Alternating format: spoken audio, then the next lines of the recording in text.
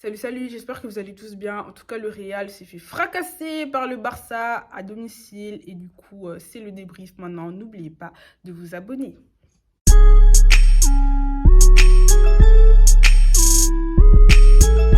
Même avant le thème du match, je disais, ouais, pour rire que voilà, on va infliger une manita. Bon, il n'y a pas une manita, mais on n'était pas loin. Mais voilà, j'imaginais pas à ce que ce soit un score pareil. Même Xavi, il a dit, je m'attendais pas à ce que ce soit aussi facile.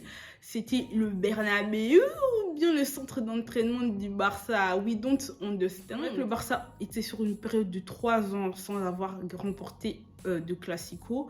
Mais voilà, le Real, ils ont jamais foutu 4 buts face au Barça. Et en plus, franchement, le jeu que le Barça a démontré hier, c'était franchement une grande leçon de football. Avec nos milieux de terrain et tout, qu'est-ce qu'ils pouvaient faire?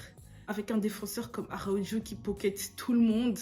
Franchement, il a pocket tout le monde, là, les attaquants du Real Madrid. À part ça, grand match de Aubameyang. Le monsieur, il renaît au club.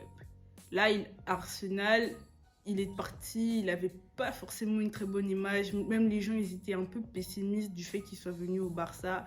Mais là, il renaît tout simplement. Et son talent, il est revenu. Sa détermination, il est revenu. Il refleurit dans ce club. Et tout simplement pour le plaisir des Blaugrana. Franchement, quand j'ai regardé le match, I was like,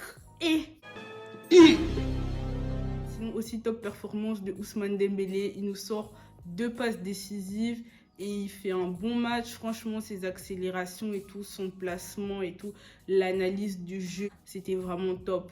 Et sinon, c'est vrai qu'il a manqué une occasion. Bon, il y a un peu faute. Bon, il n'y a pas vraiment faute sur cette occasion-là, mais il a tout simplement pas bien cadré le ballon. Après, je pense que je vais vous remettre l'action. Du coup, franchement, Dembélé 10 sur 10. Son impact dans le jeu depuis qu'il est revenu là, dernièrement, ne fait que progresser. C'est grâce à, bien sûr, Xavi, parce que encore une fois, sa gestion de l'équipe, sa gestion de l'effectif est tout simplement incroyable depuis qu'il est arrivé. Franchement, ça fait que quelques mois, voire je pense que c'est 6 mois, 5 mois, il est arrivé au club. Et regardez les changements incroyables. Genre, le tarif habituel, c'est 4. C'était pas content, 4. À part ça, il y a aussi Busquets, Pedri, Francky au milieu. Franchement, il y a une telle maîtrise, une telle essence avec le ballon que franchement, le Real Madrid, leur milieu là, ils pouvaient rien faire. Les gens comme Toni Kroos, je pense qu'il a pas fait un très bon match, en tout cas, il n'était pas vraiment là.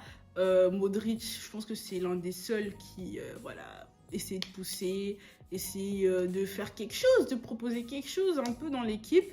Parce que les attaquants là du Real, comme Benzema n'était pas là, ben, il n'y a pas eu de production de jeu quelconque intéressant. Déjà que le Real en ce moment c'est pas le meilleur Real.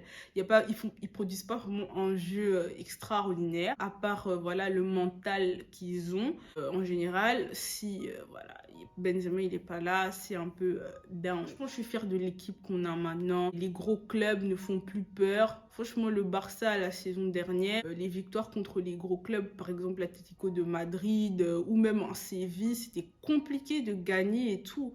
Mais maintenant, franchement, je trouve qu'on peut mettre cette peur-là de côté parce que maintenant, on a dépassé ce cap-là. Et c'est tout simplement incroyable. Xavi, il fait... I don't know. Et là, maintenant, il y a des Madrilènes, ils disent, ouais, voilà, ça change rien. Et c'est que 3 points. On a toujours 12 points d'écart avec eux, genre en classement de la Liga. Mais comme je l'avais dit dans l'une de mes vidéos, le football, ça va très très vite. Et d'ailleurs, dans cette vidéo-là, je pense que je parlais même, voilà, pourquoi le Barça pourrait faire une incroyable fin de saison. Mais on est en plein dedans, en fait, le pourquoi du comment. Genre la Liga, c'est vrai que c'est difficile d'aller la chercher, mais en même temps, on a un match de retard et voilà, le Real, ils peuvent encore perdre des points et Séville, on n'est vraiment pas très loin. Il nous faut peut-être 2 matchs pour pouvoir récupérer la deuxième place. Il nous reste encore aussi la Ligue Europa. Franchement, avec l'équipe qu'on a, on peut aller chercher au moins une coupe et pas faire une saison blanche cette année comme les Madrilènes peuvent le dire. On peut clairement avoir l'un des deux ou bien pourquoi pas les deux grosses surprises. Bim bim bam, on a les deux. Pour revenir au Classico, je peux parler aussi de Gérard Piqué, il nous sort un bon match, mais aussi de Marc-André Ter Stegen. Il nous a sorti quand même une masterclass. Il n'a pas encaissé un but et il a arrêté. Enfin, je pense que La première mi-temps, Vinicius, c'était pas loin de rentrer. Et il a quand même su arrêter ce ballon-là. Je pense qu'il a été efficace, il était présent au rendez-vous, en tout cas comme toute l'équipe. Tout le monde était dans son match, tout le monde était présent pour rouler sur le Real Madrid. Et voilà, ça a été mission accomplie. Voilà, c'est tout pour ce match. En tout cas, c'était exquis le match d'hier. J'espère qu'on aura encore ce genre de match. J'ai hâte que le Barça puisse revenir en Ligue des Champions la saison prochaine parce que ça s'annonce vraiment chaud. J'espère aussi que je pourrais faire une vidéo récapitulatif avec un peu les highlights. J'espère qu'on va pas me bloquer encore ma vidéo. Et donc, on se retrouve pour la prochaine vidéo. Prenez bien soin de vous. N'oubliez pas de vous abonner, de laisser un like, un commentaire. Et donc, ciao!